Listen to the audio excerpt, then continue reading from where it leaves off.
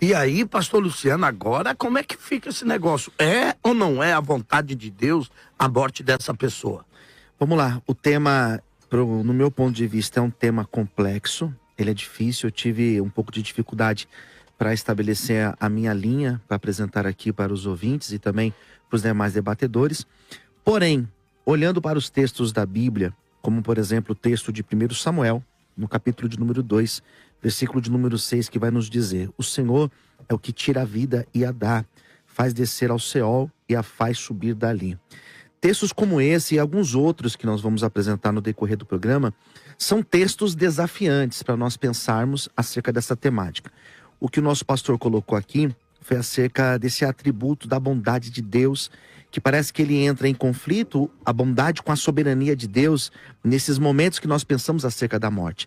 Então não é fácil. Porém, olhando para esse texto, olhando para o texto, por exemplo, lá de Eclesiastes, no capítulo de número 3, onde vai dizer que existe um tempo determinado para todas as coisas, e o próprio sábio ali que colocou essa fala, ele próprio também completou dizendo: há tempo de nascer e tempo de morrer. Então dá a impressão, olhando para esses textos e alguns outros textos de Salmos, por exemplo, que Deus é aquele que dá limite à vida do homem, ele que põe fim. Existe um plano de Deus para a vida do homem e esse plano não pode ser impedido. Jó 42, versículo de número 2. Será que ao se tratar de vida e morte, existe um limite para o agir de Deus? Será que a soberania de Deus, ele também não alcança esse aspecto? Então é um tema que nós precisamos refletir, não somente teologicamente, mas também filosoficamente, porque nós não podemos entrar em conflito com os atributos de Deus.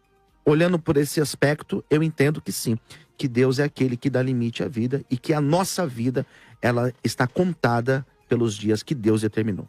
Olha só, e aí, pastor Jal, como é que fica? Deus tem